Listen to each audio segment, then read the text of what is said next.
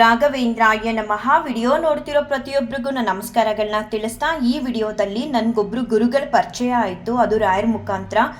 ಆ ಗುರುಗಳು ಯಾರು, ಹೇಗೆ ಪರಿಚಯ ಆಯಿತು ಅನ್ನೋದನ್ನು ತಿಳಿಸೋದ್ರ ಜೊತೆಗೆ ಇವತ್ತು ಗುರುವಾರ ನಮ್ಮ ಮನೆಯ ಮನದ ಮುದ್ದು ರಾಯರಿಗೆ ನಾನು ಯಾವ ರೀತಿಯೆಲ್ಲ ಸೇವೆನ ಸಲ್ಲಿಸಿದೆ, ಹಾಗೆ ರಾಯರಿಂದ ಆದ ನನ್ನ ಅನುಭವಗಳನ್ನ ಈ ವಿಡಿಯೋ ಮೂಲಕ ತಿಳಿಸ್ತಿದ್ದೀನಿ. ತುಂಬ ಅದ್ಧೂರಿಯಾಗಿ ನಡೀತು ನಮ್ಮ ಮನೇಲಿ ರಾಯರ ಸೇವೆ. ರಾಯರಂತೂ ತುಂಬ ಚೆನ್ನಾಗಿ ಕಾಣಿಸ್ತಿದ್ರು, ರವ ರವ ಅಂತ ಹೊಳಿತಿದ್ರು ರಾಯರು. ನೋಡೋಕ್ಕೆ ಎರಡು ಕಣ್ಣು ಸಾಲದು. ಎಷ್ಟೋ ಸಮಯ ರಾಯರ ಮುಂದೆ ಹಾಗೆ ಕೂತ್ಬಿಟ್ಟಿದ್ದೀನಿ ಇವತ್ತು. ಅಷ್ಟು ಮುದ್ದು ಮುದ್ದಾಗಿ ಕಾಣಿಸ್ತಿದ್ರು ರಾಯರು. ಅಲಂಕಾರ ಮಾಡೋ ಸಮಯದಲ್ಲಿ ಇವತ್ತು ತುಳಸಿ ನೆನ್ನೆ ತಂದಿದ್ದು, ಬಟ್ ಚೆನ್ನಾಗಿರಲಿಲ್ಲ. ಹಾರದಲ್ಲೆಲ್ಲ ತುಂಬ ಗ್ಯಾಪ್ ಇತ್ತು, ಒತ್ತೊತ್ತಿಗೆ ಕಟ್ಟಿರಲಿಲ್ಲ.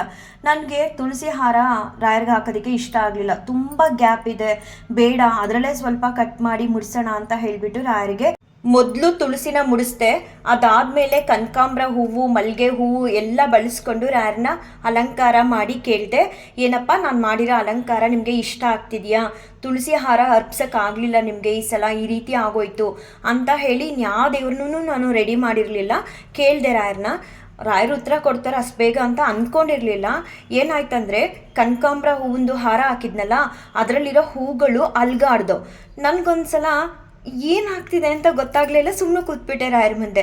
ಆಮೇಲೆ ಮನ್ಸಿಗೆ ಅನ್ನಿಸ್ತು, ಒಂದೊಂದ್ಸಲ ನಾವು ತುಳಸಿ ಹೂಗಳನ್ನ ತಂದಾಗ ಒಂದೊಂದು ಹುಳುಗಳು ಸೇರ್ಕೊಂಡ್ಬಿಟ್ಟಿರುತ್ತೆ, ಏನಾದರೂ ಈ ಹುಳುಗಳು ಅಲ್ಗಾಡಿದ್ವಾ, ಏನಾದರೂ ಹುಳು ಇತ್ತಾ ಅಂತ ನೋಡಿದೆ. ಕನಕಾಂಬರ ಹೂವಲ್ಲಂತೂ ಒಂದು ಹುಳು ಅನ್ನೋದೇ ಇರಲಿಲ್ಲ. ಆಮೇಲೆ ಒಂಥರ ಖುಷಿ ಆಯಿತು. ಮೋಸ್ಟ್ಲಿ ರಾಯರಿಗೆ ನನ್ನ ಅಲಂಕಾರ ಇಷ್ಟ ಆಗಿದೆ ಅಂತ ಹೇಳ್ತಿದ್ದಾರೆ ಅಂದ್ಕೊಂಡು ಇನ್ನೆಲ್ಲ ದೇವ್ರಿಗೂ ಅಲಂಕಾರ ಮಾಡಿದೆ. ತುಂಬ ಮುದ್ದಾಗಿ ಕಾಣಿಸ್ತಿದ್ರು. ಇವನ್ ಸಂಜೆ ರಾಯರಿಗೆ ಆರತಿ ಮಾಡೋವರೆಗೂ ಎಷ್ಟು ಬಾರಿ ನೋಡಿದ್ರು ನೋಡಬೇಕು ಅಂತಲೇ ಅನ್ನಿಸ್ತಿತ್ತು, ಅಷ್ಟು ತುಂಬ ಚೆನ್ನಾಗಿ ಕಾಣಿಸ್ತಿದ್ರು. ಮತ್ತು ನಾರ್ಮಲ್ ಆಗಿ ಎವ್ರಿ ಥರ್ಸ್ಡೇ ನಾನು ಹೇಳೋ ಟೈಮ್ಗೆ ಎದ್ದೇಳಲೇ ಇಲ್ಲ. ತುಂಬ ಲೇಟಾಗಿ ಎದ್ದೆ. ನೆನ್ನೆ ಸ್ವಲ್ಪ ತಲೆನೋವಿತ್ತು ಅಂತ ಹೇಳಿ ಜಾಸ್ತಿ ನಿದ್ದೆ ಮಾಡಿಬಿಟ್ಟಿದ್ದೆ. ನಾನು ಯಾವ ಅಲಾರಾಮ್ ಇಟ್ಕೊಂಡಿದ್ದೆ ಆ ಅಲಾರಾಮ್ ಬದಲಾಗಿ ಇನ್ನೊಂದು ಸಮಯಕ್ಕೆ ಎಚ್ಚರ ಆಗಿ ಎದ್ದು ನೋಡ್ತೀನಿ, ಟೈಮ್ ಆಗೋಗಿದೆ. ಆದರೆ ನಾನು ಪ್ರತಿ ಗುರುವಾರ ಯಾವ ಸಮಯಕ್ಕೆ ರಾಯರಿಗೆ ಮನೇಲಿ ಪೂಜೆನ ಸಲ್ಲಿಸ್ತಿದ್ದೆ ಅದೇ ಸಮಯಕ್ಕೆ ಪೂಜೆನ ಸಲ್ಲಿಸ್ದೆ. ಚೂರು ಗಾಬರಿ ಆಗಲಿಲ್ಲ ಎಲ್ಲೂ. ಹಾಗೆ ಅಲಂಕಾರ ಕೂಡ ಅಷ್ಟೇ ನೀಟಾಗಿ ಬಂತು. ಹೇಗಾಯ್ತು ಅನ್ನೋದೇ ಗೊತ್ತಾಗ್ಲಿಲ್ಲ. ತುಂಬ ತಡವಾಗಿ ಎದ್ದಿದ್ರು ಕೂಡ ಅಲಂಕಾರ ಎಲ್ಲ ಕೂಡ ತುಂಬ ಚೆನ್ನಾಗಿ ಬಂದಿದ್ರು. ಪೂಜೆನೂ ಕೂಡ ಅದೇ ಸಮಯಕ್ಕೆ ಇವತ್ತು ಮನೇಲಿ ಸಲ್ಲಿಸ್ತು. ಮತ್ತೆ ನಾವು 3 ಜನ ಕೂಡ ಇದ್ದು ರಾಯರಿಗೆ ಆರತಿ ಮಾಡೋ ಸಮಯದಲ್ಲಿ. ನನ್ನ ಮಗಳು ಕೂಡ ತುಂಬ ಬೇಗ ಎದ್ದು ಓದ್ಕೋತಿದ್ಲು, ಅವಳು ಕೂಡ ರಾಯರ ಪೂಜೆಗೆ ಜಾಯ್ನ್ ಆಗಿದ್ಲು. ತುಂಬ ಖುಷಿ ಆಯಿತು, ಸಿಕ್ಕಾಬಟ್ಟೆ ಆಶೀರ್ವಾದನ ಪಡ್ಕೊಂಡೆ ರಾಯರಿಂದ. ನನಗೆ ರಾಯರು ನೀಡಿರೋಂಥ ಆಶೀರ್ವಾದ ನಿಮ್ಮೆಲ್ಲರ ಮೇಲೂ ಇರಲಿ ಅಂತ ರಾಯರ ಹತ್ರ ಬೇಡ್ಕೊಳ್ತೀನಿ. ಯಾರೆಲ್ಲ ಕಷ್ಟದಲ್ಲಿದ್ದಾರೆ, ಯಾರೆಲ್ಲ ನೋವಲ್ಲಿದ್ದಾರೆ, ಅವ್ರ ಕಷ್ಟಗಳನ್ನ ದೂರ ಮಾಡಿ ಅಂತ ರಾಯರ ಹತ್ರ ಇನ್ನೊಮ್ಮೆ ಬೇಡ್ಕೊಳ್ತೀನಿ. ಮತ್ತು ನನಗೊಬ್ಬರು ಗುರುಗಳ ಪರಿಚಯ ಆಯಿತು ಅಂತ ಹೇಳಿದ್ನಲ್ಲ, ಹೇಗೆ ಅಂತ ತಿಳಿಸ್ತೀನಿ. ಹೋದ ಗುರುವಾರ ನಾನು ದಯಾನಂದ್ ಅನ್ನೋರ್ಗೋಸ್ಕರ ಸೇವೆನ ಸಲ್ಲಿಸಿದ್ದೆ ರಾಯರಿಗೆ ಮನೇಲಿ. ಅದಾದಮೇಲೆ ನೆಕ್ಸ್ಟ್ ಡೇ ನನಗೊಂದು ಕಮೆಂಟ್ ಬಂತು, ಮೋಸ್ಟ್ಲಿ ಅವತ್ತು ನೈಟೇ, ಬಟ್ ನಾನು ನೋಡಿದ್ದು ಶುಕ್ರವಾರ ಬೆಳಿಗ್ಗೆ. ಅಲ್ಲೊಬ್ಬರು ಹೇಳಿದರು, ಆ ಕಮೆಂಟ್ನ ಲಾಸ್ಟಲ್ಲಿ ಸ್ಕ್ರೀನ್ಶಾಟ್ ತೆಗೆದು ಹಾಕಿರ್ತೀನಿ. ಅಕ್ಕ, ಹೀಗೆ ದೊಡ್ಡಬಳ್ಳಾಪುರದಲ್ಲಿ ಒಬ್ಬರು ಗುರುರಾಜಾಚಾರ್ಯರು ಅಂತ ಗುರುಗಳಿದ್ದಾರೆ, ನೀವು ನಿನ್ನೆ ದಯಾನಂದನ್ ಅವ್ರ ಹೆಸರಲ್ಲಿ ಪೂಜೆ ಮಾಡಿದ್ರಲ್ಲ, ಅವ್ರಿಗೆ ಹೇಳಿ ಅವ್ರನ್ನ ಹೋಗಿ ಭೇಟಿ ಮಾಡೋದಕ್ಕೆ ಅಂತ ಅವರು ಕಮೆಂಟಲ್ಲಿ ತಿಳಿಸಿದರು. ನಾನು ಶುಕ್ರವಾರ ಬೆಳಗ್ಗೆ ಎದ್ದು ನೋಡಿಬಿಟ್ಟು, ಹೌದಾ, ಇದನ್ನು ಅವ್ರಿಗೆ ತಿಳಿಸೋದೋ ಬೇಡವೋ, ಯಾಕಂದರೆ ಈಗ ಆಲ್ರೆಡಿ ಪ್ರಾಬ್ಲಮಲ್ಲಿದ್ದಾರೆ. ಇನ್ಯಾವುದೋ ಒಂದು ಗುರುಗಳೋ ಅಥವಾ ದೇವಸ್ಥಾನಕ್ಕೂ ಹೋದಾಗ ಅಲ್ಲೂ ಕೂಡ ದುಡ್ಡು ಖರ್ಚಾಗುತ್ತೆ, ಏನು ಮಾಡೋದು ಅಂತ 2-3 ಬಾರಿ ರಾಯರ ಮುಂದೆ ಕೂತು ಯೋಚನೆ ಮಾಡಿ ಅದೇ ಕಮೆಂಟ್ನ ಫಾರ್ವರ್ಡ್ ಮಾಡೋದಕ್ಕೆ ಟ್ರೈ ಮಾಡಿದೆ. ಬಟ್ ಕಮೆಂಟ್ನ ಫಾರ್ವರ್ಡ್ ಮಾಡೋಕ್ಕಾಗಲ್ಲ.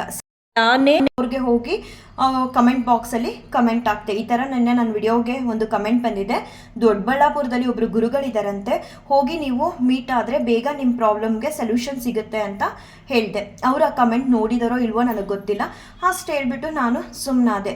ಗುರುರಾಜಾಚಾರ್ಯರಂದರೆ ಯಾರು ಇರಲಿ, ಏನೇ ಆಗಲಿ, ಅಕಸ್ಮಾತ್ ಅವರಿಂದನೇ ದಯಾನಂದನ್ ಅವ್ರಿಗೆ ಒಳ್ಳೇದಾಗಬೇಕು ಅಂದರೆ ಯಾರು ಹೇಗಾದರೂ ಸರಿ ಈ ವಿಚಾರನ ತಲುಪಿಸ್ತಾರೆ ಅಂದ್ಕೊಂಡು ನನ್ನ ಪಾಡಿಗೆ ನಾನು ಪ್ರತಿದಿನ ಹೇಗೆ ರಾಯರಿಗೆ ಸೇವೆನ ಸಲ್ಲಿಸ್ತಿದ್ದೆ ಅದೇ ರೀತಿ ನಾನು ಕೆಲಸಗಳು ಮಾಡ್ಕೊಂಡು ಇದ್ದೆ. ನನಗೆ ಸೋಮವಾರ ಒಂದು ವಿಡಿಯೋ ಸಿಕ್ತು. ಏನು ವಿಡಿಯೋ ಅದು ಅಂದರೆ, ಕಣ್ಣಿನ ದೃಷ್ಟಿ ನಿವಾರಣೆಗೆ ರಾಯರ ಹತ್ರ ಯಾವ ರೀತಿ ಔಷಧಿಗಳು ಇದೆ ಅಂತ.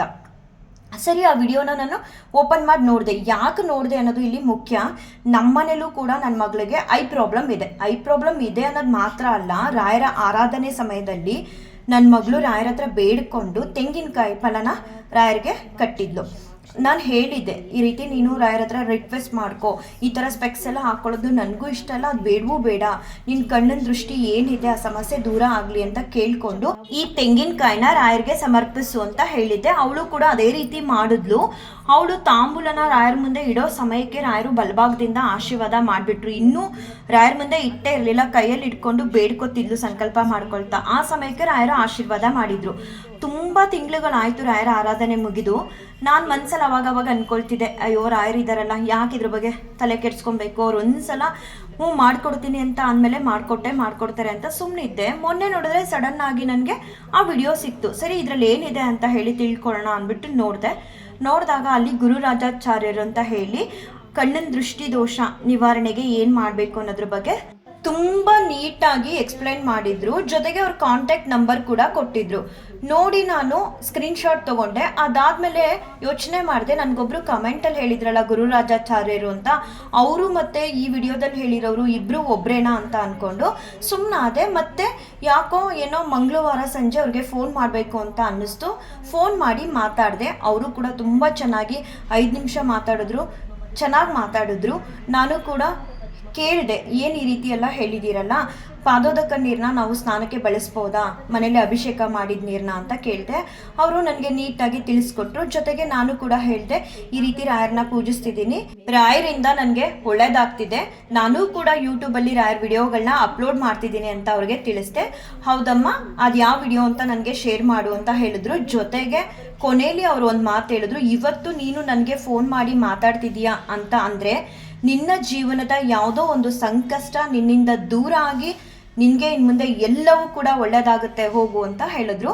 ಏನೋ ಒಂದು ರೀತಿ ಸಮಾಧಾನ ಆಯಿತು. ರಾಯರಿಗೆ ಧನ್ಯವಾದಗಳನ್ನ ಹೇಳ್ತೆ. ದೃಷ್ಟಿದೋಷನ ಸರಿ ಮಾಡ್ತೀನಿ ಅಂತ ಭರವಸೆ ಕೊಟ್ಟಿದ್ರಿ, ಬಟ್ ಯಾವ ರೀತಿ ಅನ್ನೋದು ನನಗೆ ಗೊತ್ತಾಗ್ತಿರ್ಲಿಲ್ಲ. ದಾರಿನ ತೋರಿಸ್ಕೊಟ್ರಿ. ದಯಾನಂದ್ ಅನ್ನೋರ್ಗೋಸ್ಕರ ನಾನು ಪ್ರಾರ್ಥನೆ ಮಾಡಿದೆ ನಮ್ಮ ಮನೇಲಿ. ನೋಡಿದ್ರೆ ನನಗೆ ಈ ಗುರುಗಳನ್ನ ಪರಿಚಯ ಮಾಡಿಕೊಟ್ರಿ ನೀವು ಅಂತ ಹೇಳಿ ಒಂದು ರೀತಿ ತುಂಬ ಖುಷಿ ಆಯಿತು. ಅಷ್ಟು ಮಾತ್ರ ಅಲ್ಲ, ಅವ್ರು ಹೇಳಿದರು ನಿಂಗೆ ಇನ್ನೂ ಒಳ್ಳೆಯದಾಗುತ್ತೆ, ನಿನ್ನ ಸಂಕಷ್ಟಗಳು ಇಲ್ಲಿಗೆ ಕಳೀತು ಅಂತ ಹೇಳಿದರು. ನಾನು ಏನು ಈ ರೀತಿ ಹೇಳಿದ್ರಲ್ಲ ಗುರುಗಳು ಅಂತ ಅಂದ್ಕೊಂಡು ಮನಸ್ಸಲ್ಲೇ ಸುಮ್ಮನಾದೆ. ನಿಜ ಹೇಳಬೇಕಂದ್ರೆ ನನ್ನ ಜೀವನದ ಎಲ್ಲ ಸಂಕಷ್ಟಗಳು ನನ್ನಿಂದ ನಿನ್ನೆ ಕಂಪ್ಲೀಟಾಗಿ ದೂರ ಆಗಿದೆ ಅಂತ ತುಂಬ ಸಂತೋಷದಿಂದ ಹೇಳ್ಕೊಳ್ತೀನಿ. ಗುರುಗಳು ಹೇಳಿದ ಮಾತು ಒಂದೇ ದಿನದಲ್ಲಿ ಸತ್ಯ ಆಯಿತು. ಮಂಗಳವಾರ ಸಂಜೆ ಅವ್ರು ಹೇಳಿದ್ರು, ಏನೋ ಒಂದು ನಿನ್ನ ಸಂಕಷ್ಟ ದೂರ ಆಗುತ್ತೆ ಇವತ್ತಿಂದ, ಇನ್ನು ಮುಂದೆ ಎಲ್ಲವೂ ಕೂಡ ನಿನ್ನ ಬದುಕಲ್ಲಿ ಒಳ್ಳೇದಾಗುತ್ತೆ ಅಂತ. ನೋಡಿದ್ರೆ ಬುಧವಾರ ಸಂಜೆ ಒಳಗಡೆ ಎಲ್ಲ ರೀತಿಲೂ ನನ್ನ ಬದುಕಲ್ಲಿ ಇದ್ದಿದ್ದ ಕಷ್ಟಗಳೆಲ್ಲ ನನ್ನಿಂದ ದೂರ ಆಯಿತು. ಮತ್ತು ಪಾದೋದಕ ನೀರನ್ನ ಬಳಸಿ ನನ್ನ ಮಗಳಿಗಷ್ಟೇ ಅಲ್ಲ, ನಾನು ಕೂಡ ನೆನ್ನೆ ಸ್ನಾನ ಮಾಡಿದ್ದೆ. ತುಂಬ ಅಂದರೆ ತುಂಬ ಒಂಥರ ಚೇಂಜಸ್ ಮನಸ್ಸಲ್ಲಿ ಹೇಳಕ್ಕೆ ಅಸಾಧ್ಯ, ಅಷ್ಟು ಚೇಂಜಸ್ ಆಯಿತು ನಿನ್ನೆ ಒಂದೇ ದಿನದಲ್ಲಿ. ದಯಾನಂದ್ ಅನ್ನೋರಿಗೆ ಒಳ್ಳೇದಾಗಲಿ ಅಂತ ಹೋದ ಗುರುವಾರ ಮನೇಲಿ ಪೂಜೆ ಮಾಡಿದ್ನಲ್ಲ, ಅವ್ರ ವೈಫ್ ಅನಿಸುತ್ತೆ ನನಗೆ ಕಮೆಂಟಲ್ಲಿ ಹೇಳಿದರು, ಅಕ್ಕ ನಿಮಗಂತೂ ಒಳ್ಳೇದಾಗೇ ಆಗುತ್ತೆ ಅಕ್ಕ ಅಂತ. ನಿಜವಾಗ್ಲೂ ಕೆಲವೊಂದೊಂದ್ಸಲ ಕೆಲವ್ರ ಆಶೀರ್ವಾದ ಎಷ್ಟು ಫಲ ಕೊಡುತ್ತೆ ಅಂತ ಅಂದರೆ ಹೇಳಕ್ಕೆ ಅಸಾಧ್ಯ. ಹಾಗೆ ನಮ್ಮಲ್ಲಿ ಒಳ್ಳೆತನ ಅನ್ನೋದಿದ್ದರೆ ಯಾರಾದರೂ ಏನಾದರೂ ಕೆಟ್ಟದನ್ನು ಬಯಸಿದ್ರೆ ಖಂಡಿತವಾಗ್ಲೂ ಅದು ತಾಗಲ್ಲ.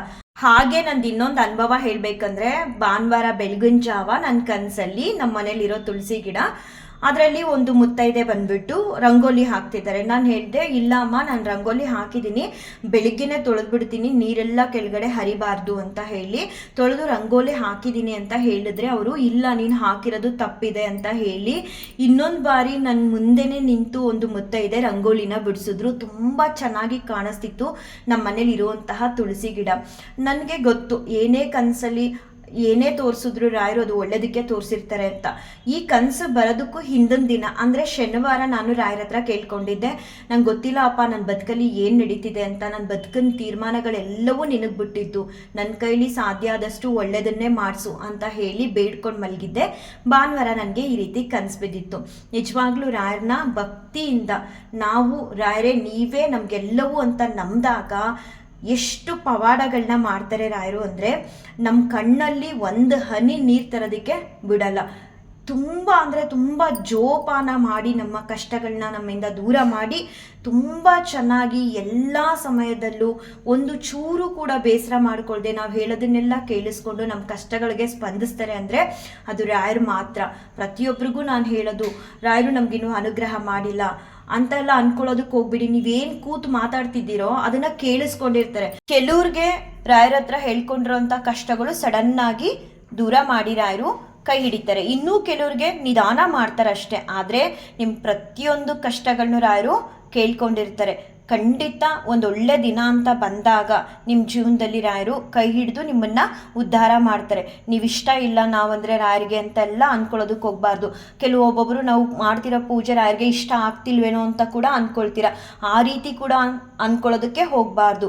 ರಾಯರಿಗೆ ನಾವು ಸಲ್ಲಿಸೋಂತಹ ಪೂಜೆ ಇಷ್ಟ ಆಗಲಿಲ್ಲ ಅಂದರೆ ಅವರು ನೆಕ್ಸ್ಟ್ ವೀಕ್ ಪೂಜೆ ಮಾಡೋದಕ್ಕೆ ನಮ್ಗೆ ಅವಕಾಶ ಕೊಡಲ್ಲ. ನಾವೇನೋ ರಾಯರ ಮುಂದೆ ಪ್ರತಿ ಗುರುವಾರ ಆಗಲಿ, ಏಕಾದಶಿ ಆಗಲಿ, ಪ್ರತಿನಿತ್ಯ ಆಗಲಿ ಮನೇಲಿ 2 ದೀಪಗಳನ್ನ ಹಚ್ಚಿ ಕೈ ಮುಗಿತಿದ್ದೀವಿ ಅಂತ ಅಂದರೆ ಅದು ರಾಯರಿಗೆ ಇಷ್ಟ ಆಗಿರೋದಕ್ಕೆ, ಅವ್ರ ಅನುಗ್ರಹ ಇರೋದಕ್ಕೆ. ಆಶೀರ್ವಾದ ಸಿಗೋದು ತಡ ಆಗ್ತಿರ್ಬೋದು ಅಷ್ಟೇ. ಆದರೆ ಇವೆಲ್ಲ ಆಗ್ತಿರೋದು ನಾವೇನು ರಾಯರ ಮುಂದೆ ಕೂತು ಸೇವೆ ಅಂತ ಸಲ್ಲಿಸ್ತಿದ್ದೀವೋ ಅದೆಲ್ಲವೂ ಕೂಡ ರಾಯರ ಇಚ್ಛೆ, ರಾಯರ ನಿರ್ಧಾರದಿಂದ. ಹೆಚ್ಚಿನ ಶ್ರದ್ಧೆ, ಭಕ್ತಿ ಮತ್ತು ನಿಷ್ಠೆ ಅನ್ನೋದನ್ನು ನೀವು ಬೆಳೆಸ್ಕೊಳ್ಳಿ. ರಾಯರು ನೀವೆಲ್ಲಿ ಕೂತು ಯಾವುದೇ ಸಮಯದಲ್ಲಿ ಹೇಗೆ ಕರೆದ್ರೂ ಪಟ್ ಅಂತ ಬಂದು ನಿಮ್ಮ ಕಷ್ಟಕ್ಕೆ ಸ್ಪಂದಿಸ್ತಾರೆ ಅಥವಾ ನಿಮ್ಮ ಇಷ್ಟಾರ್ಥಗಳನ್ನ ಈಡೇರಿಸ್ತಾರೆ. ನೀವು ನಂಬಿರೋಂತಹ ಮನುಷ್ಯರು ನಿಮಗೆ ಮೋಸ ಮಾಡ್ಬೋದು, ನಿಮ್ಮ ಕಷ್ಟಕ್ಕೆ ಸ್ಪಂದಿಸ್ತೇ ಇರ್ಬೋದು. ಆದರೆ ರಾಯರು ಯಾವತ್ತೂ ಕೂಡ ಆ ರೀತಿ ಮಾಡಲ್ಲ.